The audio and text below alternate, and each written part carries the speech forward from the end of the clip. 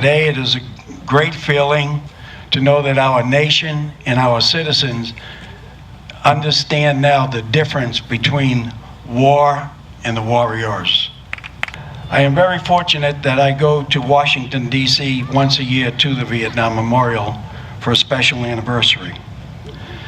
This wall is a half-size replica of that wall in Washington. On this wall are names of Marines that I had the honor and pleasure to serve with.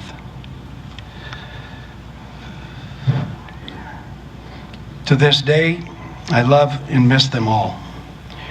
It is freeing to come to this wall and rub my finger across the names and picture their young faces and see their bright smiles. Even after all these years, I still recognize their voices. The great part about this wall is that it comes to you. For those of you that can't travel to Washington, this wall comes to you so that you may heal. This event was very special for us to bring it to West Roxbury. It's just a way of us in West Roxbury showing our appreciation for the 58,000 men who were killed in Vietnam. It was extremely emotional when we first brought the panels out and put them up onto the wall. It was an honor for us to carry those names. Each person, there was 2 people carrying one panel, and it was an honor for each one of those panels to be placed on that wall with all those names on it. The weekend was absolutely phenomenal.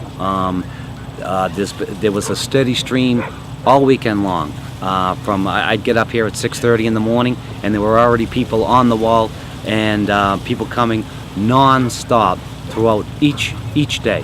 It was people have really come out to honor these Vietnam vets and honor them in a way that they didn't get honored when they came home from Vietnam. It's Boston coming together. West Roxbury, Rosendale, even outside Boston, Dedham. The whole surrounding area has supported this 100%, and it's been a pleasure to be a part of it. It's so important we have this wall here today to pay respect to those individuals. But also, let me say, as I go about a sidebar, on Memorial Day, our numbers are getting smaller. We got to remember these men and women who made the sacrifices for us. I always say Memorial Day is not a day to open up your cottage, not a time to go on the Cape. It's time to visit the many monuments, many graves of all the individuals who served, gave up the freedom, gave up their freedom, so we may have the freedom we have today. It was good to see the older folks come up that have never been able to experience the wall, and hope that they got a good feel for it. And I took my mother up, and she was able to see her cousin's name on the wall. And I saw friends, Mrs. Tibbetts, come up, and her cousin was on the wall. And it was just a great effort, and a great experience was had by all. I believe it. I guarantee it. It's a beautiful weekend. People getting together, remembering, just everything I expected to be and more.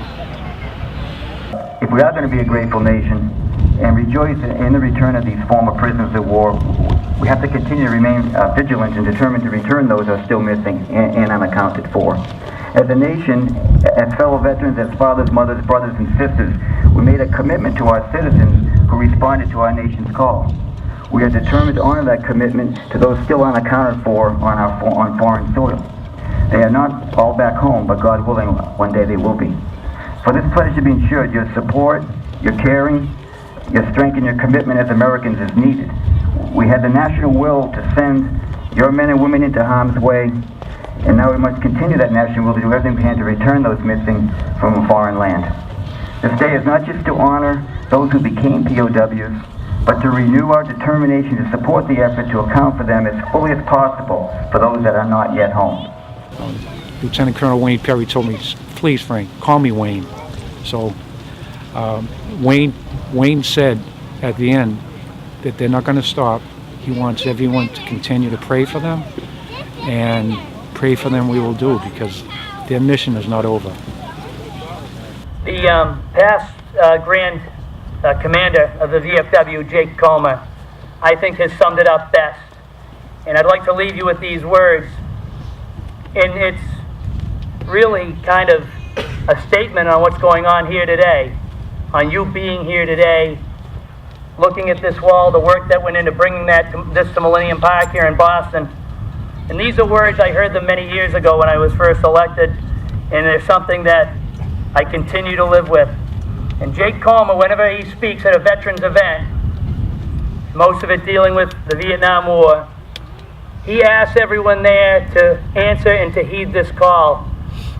And the words that he gives are these: when we hear, we forget. When we see, we remember.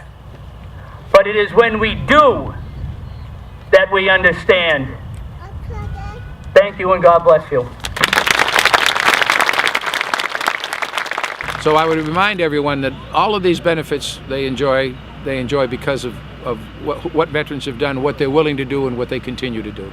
And I would remind everybody that America's veterans and those of our allies are the purchasers of peace.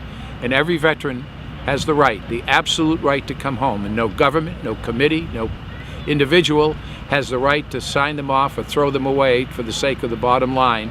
They have that right to come home, even if it's to the family plot.